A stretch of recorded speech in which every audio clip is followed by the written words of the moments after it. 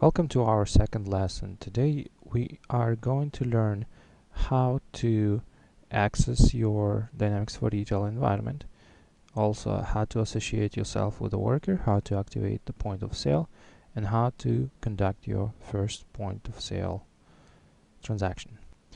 First, we are going to come to LCS and then go to the project you created previously.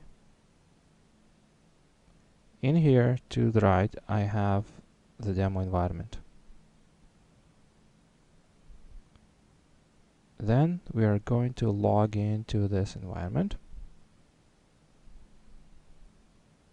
And here we will have to make one little trick. So in here, we are going to go first change to the retail company. By default, the first time we log in, it's going to be in DIT company, which is an empty company. The name for the retail company is USRT. You type it in and click enter, and that switches a legal entity to US retail company. Then we are going to look for users.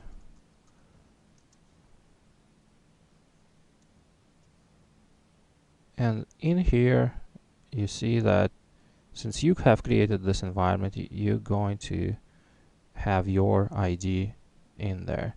And currently this ID is associated with Julia, which is not a good association. We have to change this. So we're going to go to employees.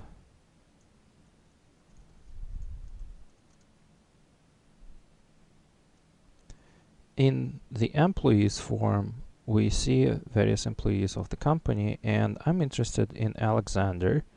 And Alexander, just because he has managerial permissions. So I'm going to click on Alexander. And on the retail tab, how I know that he has managerial permissions is that we have POS permissions. And when I click on this, he has a permission group of manager. And what is most important right here is that he is able to activate the point of sale.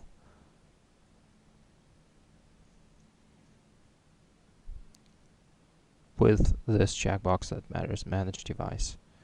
So what we need to do here is we need to associate our alias with Alexander. So we'll go to the retail tab, and then we're going to associate Alexander with an existing identity. Is basically a Windows login, and I'm going to look for my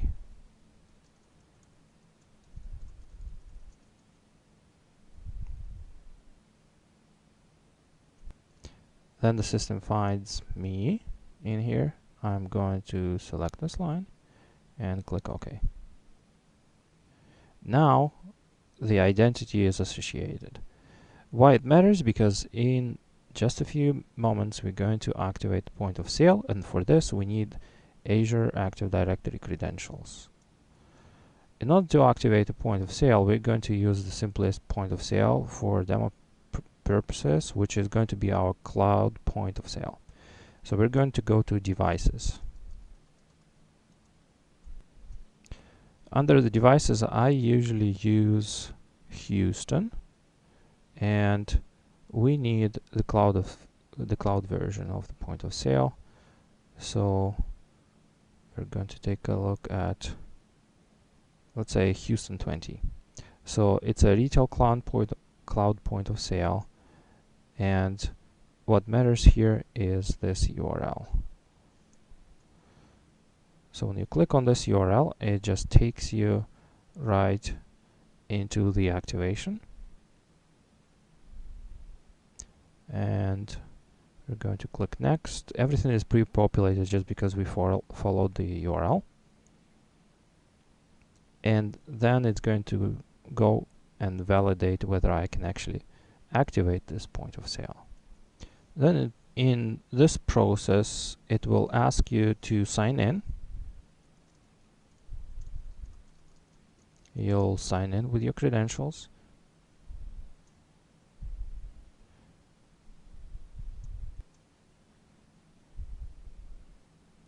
and it will leave a cookie on your device, and also it will establish the encryption. So that's how we trust that this person is actually who they are, and we encrypt the connection between this basically website and this browser and the headquarters.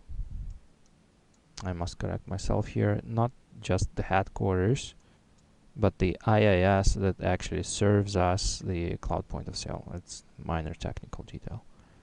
So we are going to sign out of Eugene, and as soon as the system signs out, we actually don't have to use our Active Directory credentials anymore, and we could go in and sign in as Alexander. Alexander's ID is 000-160, and the super secret password is 1, 2, and 3. Then usually how I demonstrate this is I go F11, which is the full screen, and I open a new shift in the main drawer. This is basically a simulation of... This video will introduce some of the basic principles and usage of modern point. Then you might encounter this error, but we'll ignore it for now. It's not essential. Then we're going to go and you could go through this welcome tour. For this demonstration, I was gonna skip it. I heard it a lot of times. It's beautiful voice of Esther Christopherson.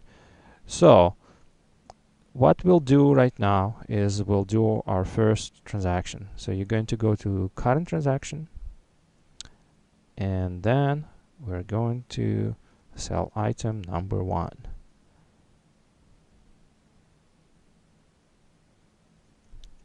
The system retrieves its accessory combo set for sports, and we're going to pay cash.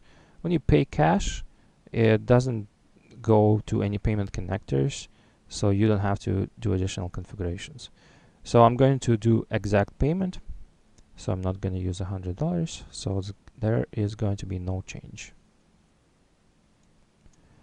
So right now it says no change due, and just like this was our first sale. Congratulations.